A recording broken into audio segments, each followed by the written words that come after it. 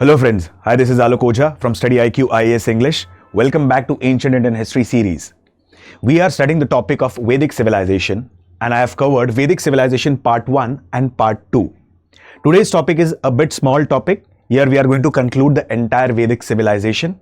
Here we are going to go for a comparative analysis of early Vedic period and later Vedic period on social, political and religious grounds, apart from different terminologies which are very important from the exam perspective.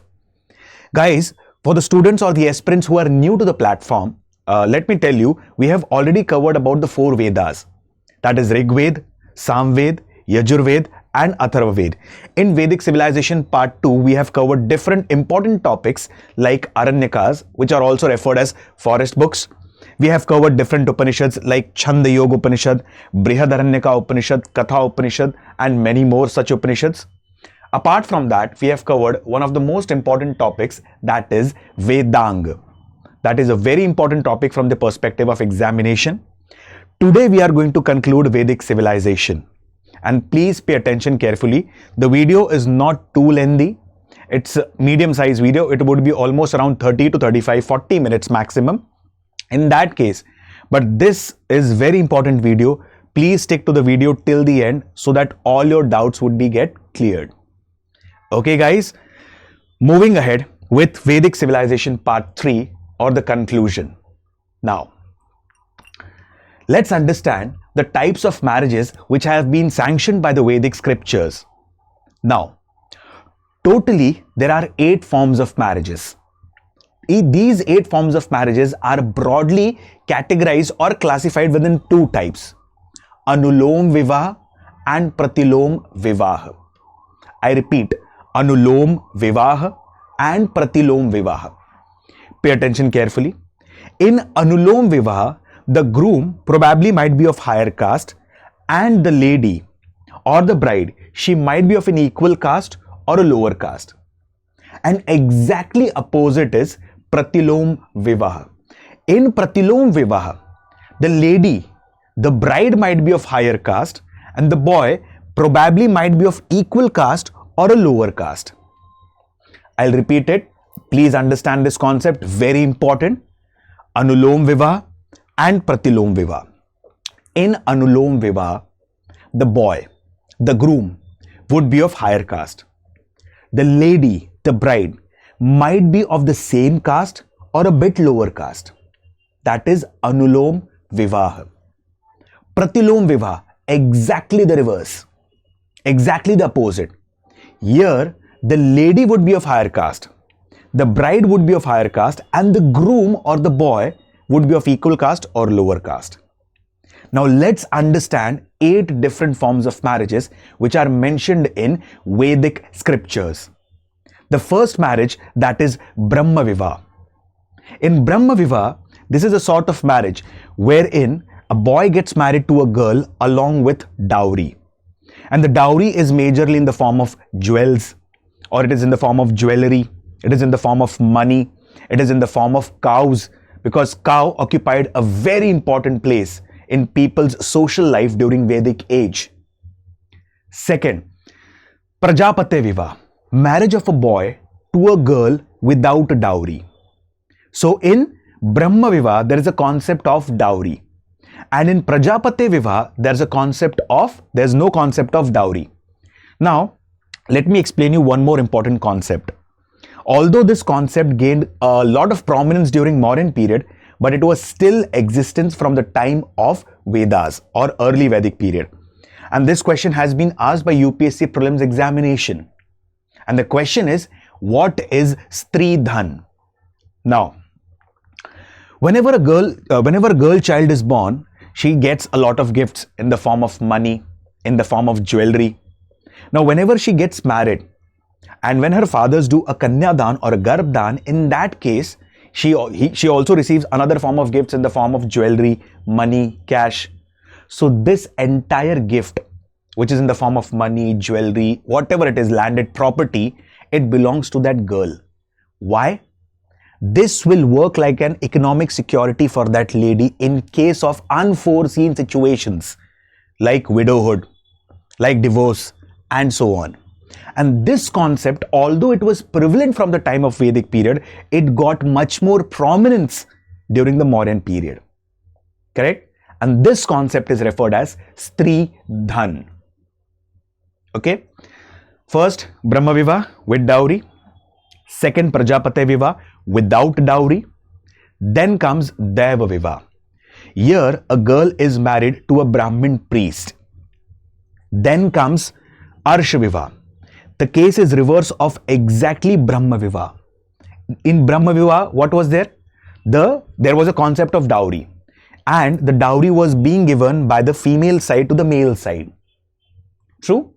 Here, exactly it's opposite. In Arsha Vivah, a boy is married to a girl, and in that case, a boy has to pay a bride price in the form of what? A couple of cow and a bull. Correct? Gandharva Vivah. It is a sort of love marriage, or it is a sort of Swayamvar. Correct? You might have heard about this, like Swayamvar of whom? Lord Ram and Devi Sita. Then Devi Parvati and Lord Shiva. That is nothing but Gandharva Vivah. Here, what we say, the boy and the girl are free to choose their life partners. Coming to next three. Now, Asur Vivah.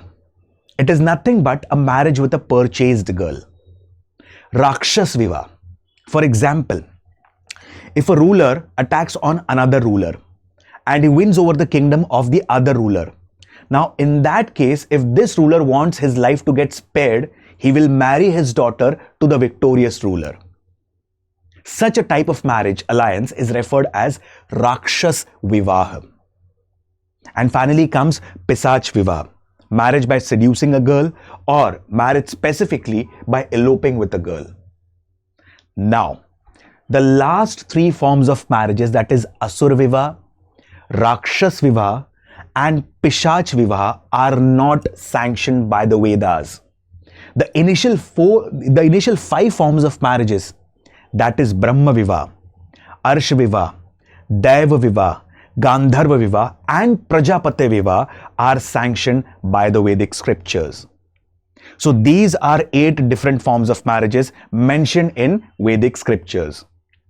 Hope you understood the topic. Let's move ahead.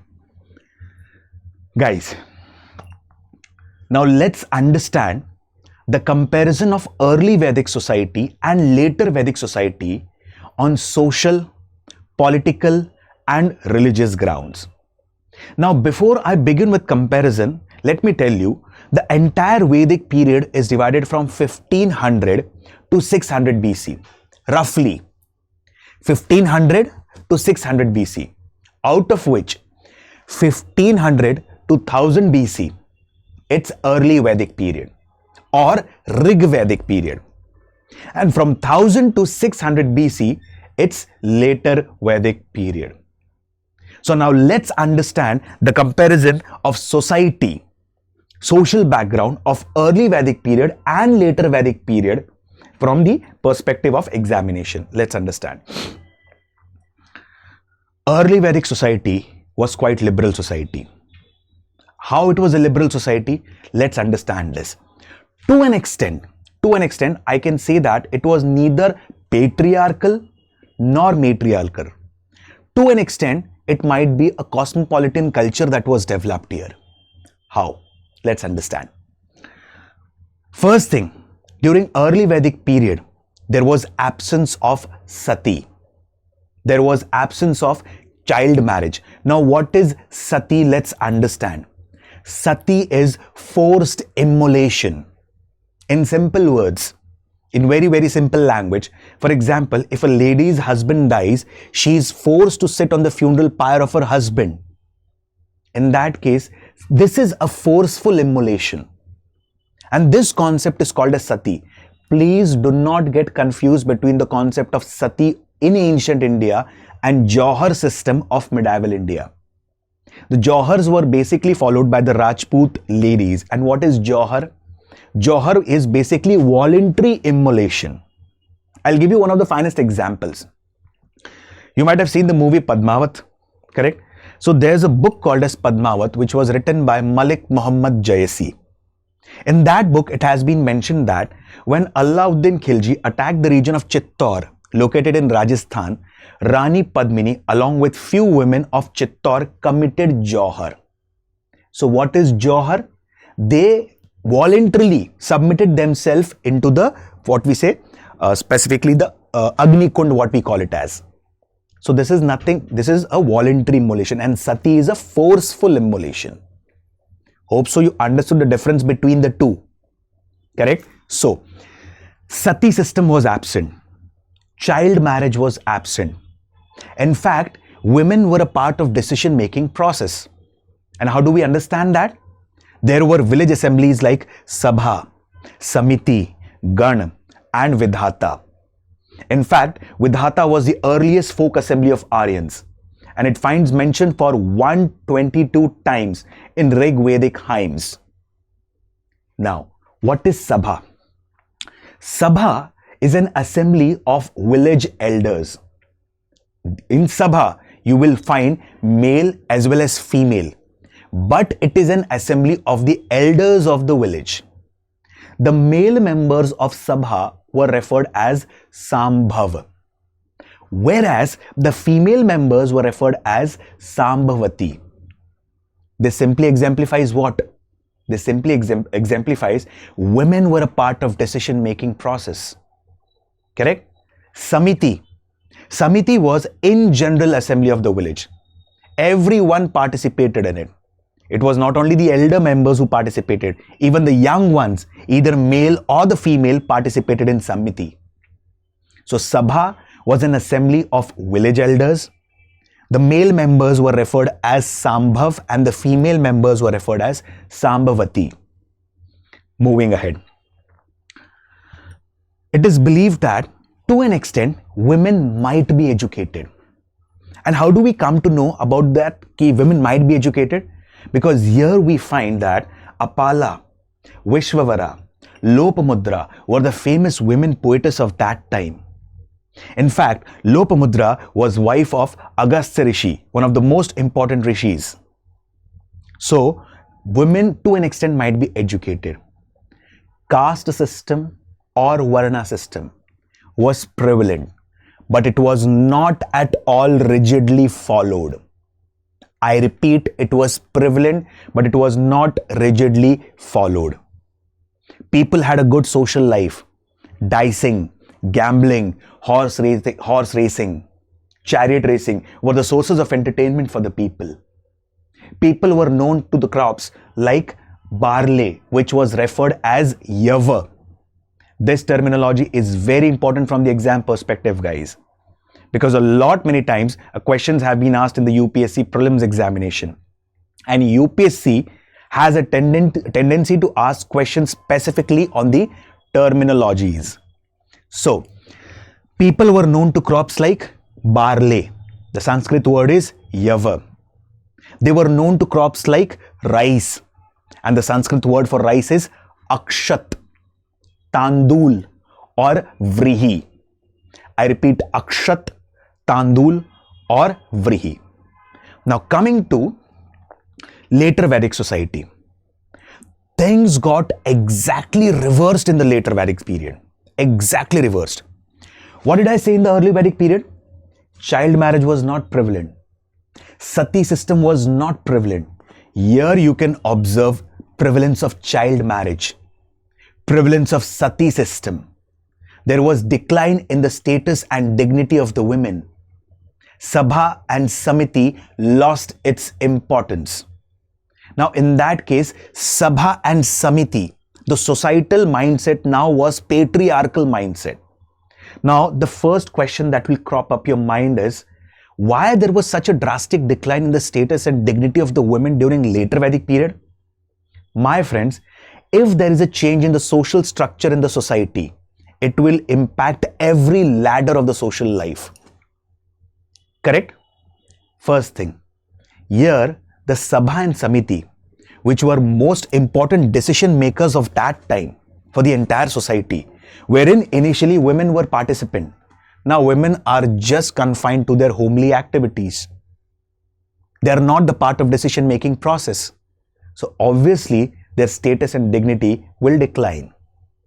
Sati system became prevalent. Child marriage became prevalent. Women were denied educational facilities. Correct? But still, Maitri and Gargi were the famous women poetess of later Vedic period. In that case, initially education was given to everyone. Now education was through Gurukul system and it was just confined to the upper two ladder of the society. That is Brahmins and Kshatriya. Women and Shudras were not the part of education system. As I've told you, as they were not the part of education system, so to an extent, caste system became more and more rigid. Previously, I've told you there was caste system, but it was not at all rigidly followed. But now, caste system was prevalent and it was rigidly followed. How it was rigidly followed? Brahmin, Kshatriya, Vaishya and Shudra. The duty of the Brahmin is to teach. The duty of the Kshatriya is to protect the society or be a participant in the war. The duty of specifically the Vaishya is to carry on trading activity in the society. And Shudra, the duty was to serve the other three sections of the society. So it became more rigid.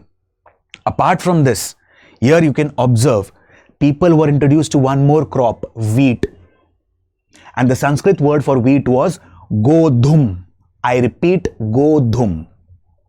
So this was comparative analysis of early Vedic social life and later Vedic social life.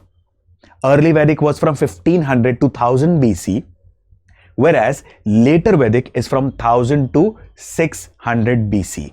The points are clear, I guess, guys. Okay. Please pay attention to the terminologies.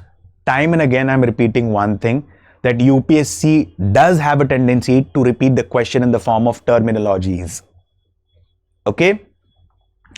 So I've spoken about three major terminologies here, like barley was referred as yav, rice was referred as akshat, tandul or vrihi, whereas wheat was referred as godhum. Okay. Moving ahead. Early Vedic political life. Now let's understand, or let's go for comparative analysis of early Vedic and later Vedic political life. During early Vedic period, king did not enjoy unlimited powers. Yes, he was a ruler, but he was not the ruler of a particular territory. He was the ruler of the people. Sabha and Samiti, as I've told you previously itself, Sabha and Samiti were the main players who were involved in decision-making process. Sabha and Samiti, they actually guided the king in decision-making. So, king was not the ruler of a particular territory. He was the ruler of the people and was referred as Janasya or Gop since he was the ruler of the people. King did not follow the policy of imperialism. Imperialism basically means continuously expanding the territories. Why? Because land was not the most important form of wealth during early Vedic period. During early Vedic period, the most important form of wealth was cattle. A person having a lot many cattle was considered as the wealthiest person and was referred as Gomat. I repeat, the wealthiest person at that time was referred as Gomat, a person having lot many cattle. So at that time, land was not the most important form of wealth. In fact, cattle or cows was the most important form of wealth. Cow was referred as Aghanya. Aghanya basically means which cannot be killed. Now, rulers were being guided by whom? Sabha and Samiti in decision-making process. The basic unit of life at the grassroots level. What is the most basic unit of life? Family. And the family was referred as Kul. I repeat, Kul. And it was being headed by the male member of the family, adult male member of the family, and was referred as Kulpati. When there are too many families living in a particular area, this will become what? A village. Village was referred as Gram and was headed by Gramini. I repeat, village was referred as Gram and was headed by Gramini. Correct? So, The first thing that we need to understand here is, in early Vedic political life, king did not enjoy unlimited powers.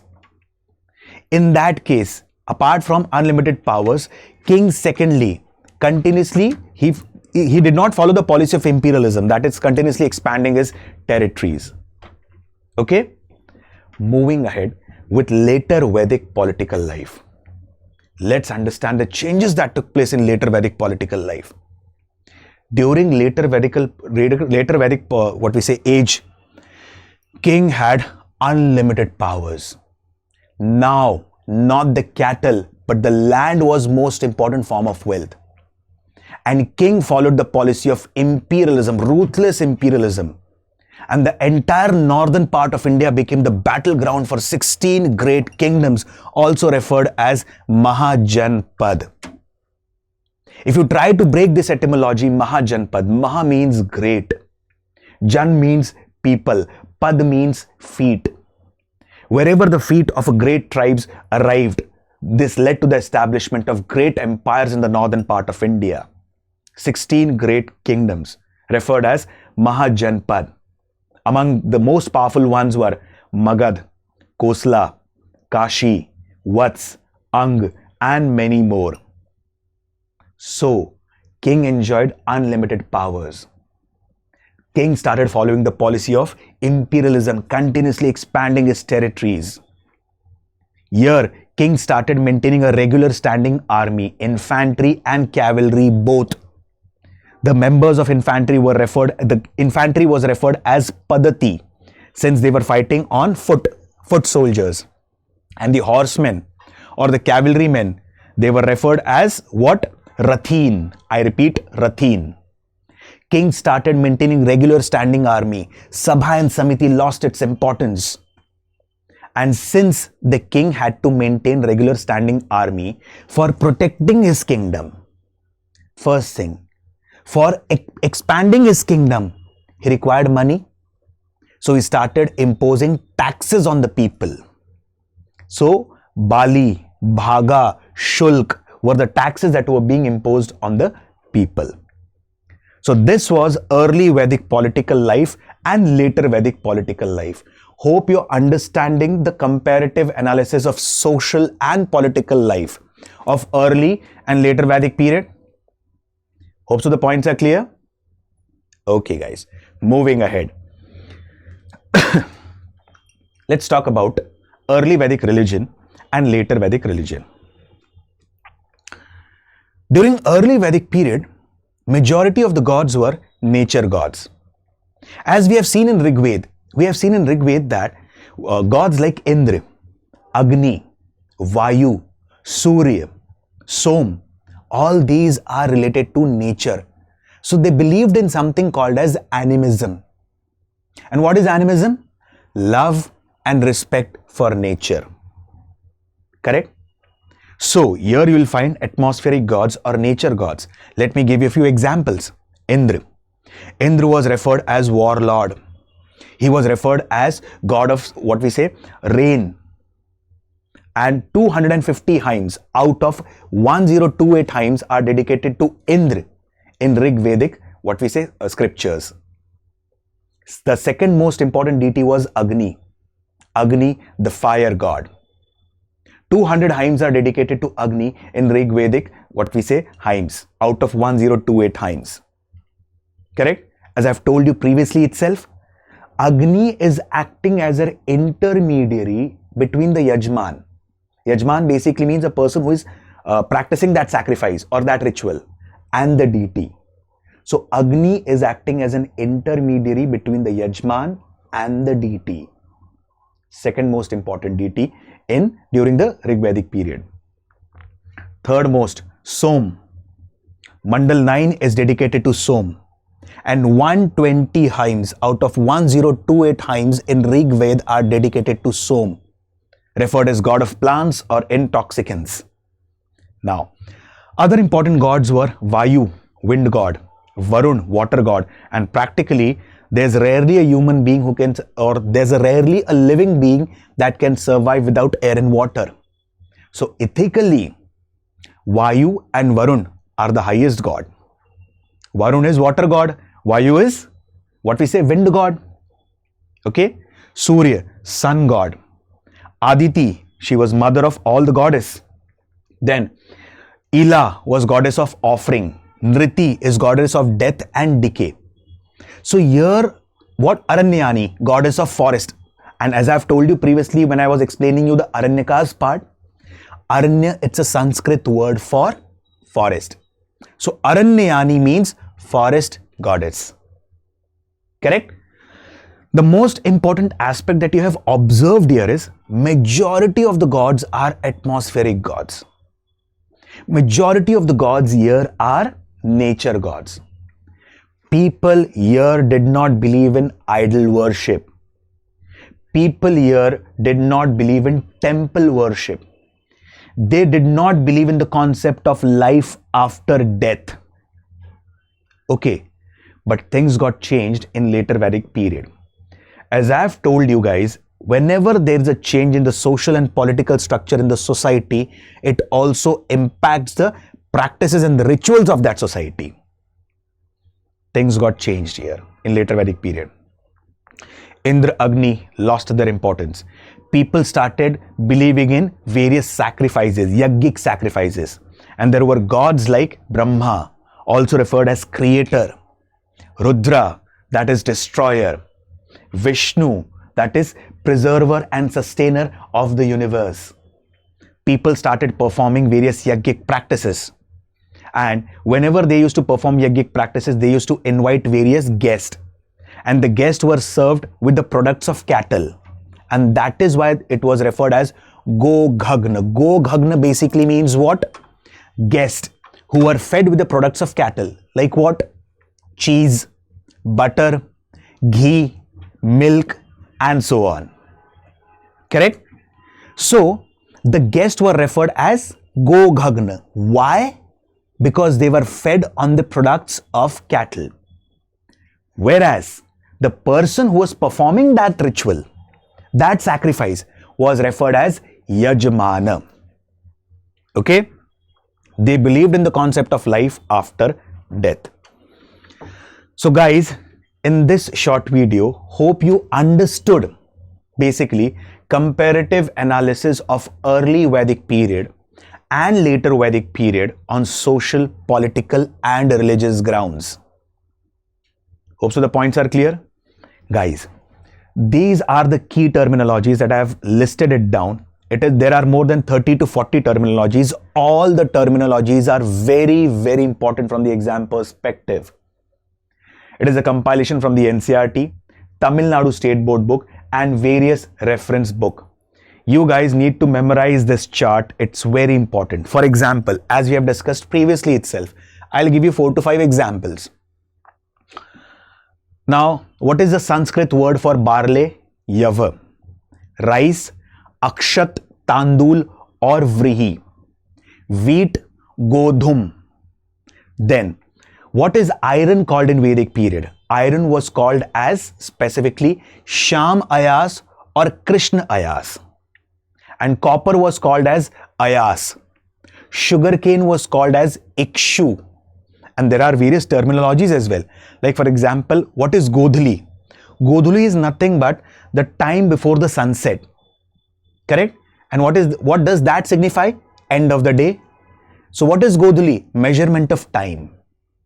Correct? So these are the important terminologies which are very important from the exam perspective. Apart from that, in fact, rivers are also asked. Like river Sati was a very venerated river during the Vedic period and was referred as Devi Tama, Mate Tama or Nadi Tama. Here, the river Sindhu, in this river was referred as Sindhu. Then Vitast was Jhelum, river Parushini was Ravi, Vipas was Byas and many other such rivers. Correct?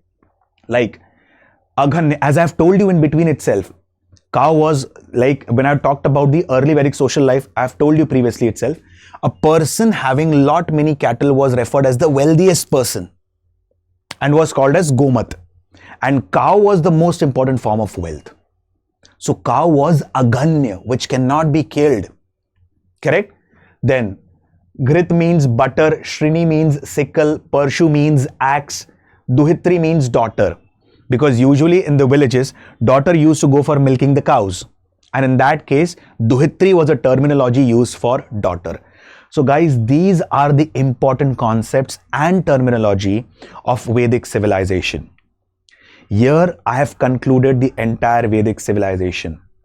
Guys who are new to the platform, please do follow StudyIQ IAS English and please do follow initial videos so that you can easily understand the concept till depth. Okay? I'll repeat the points again within few seconds.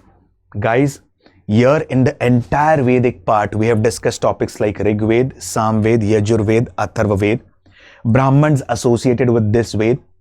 Apart from this, we have seen the concepts of Aranyakas and Upanishad, wherein we have discussed very beautiful and amazing stories. We have discussed the concept of Vedang. In Vedang, as a part of Kalp, we have also discussed one of the most important concepts called as Solah Sanskar, which are the part of Griha Sutras. And today, we have discussed different forms of marriages and comparative analysis of early and later Vedic period.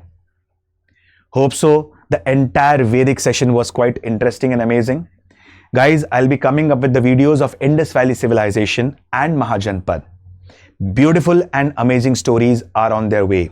So please do follow the channel StudyIQ IAS English. Hi, this is Alok Ojha. I'll take your leave. Thank you and have a wonderful day.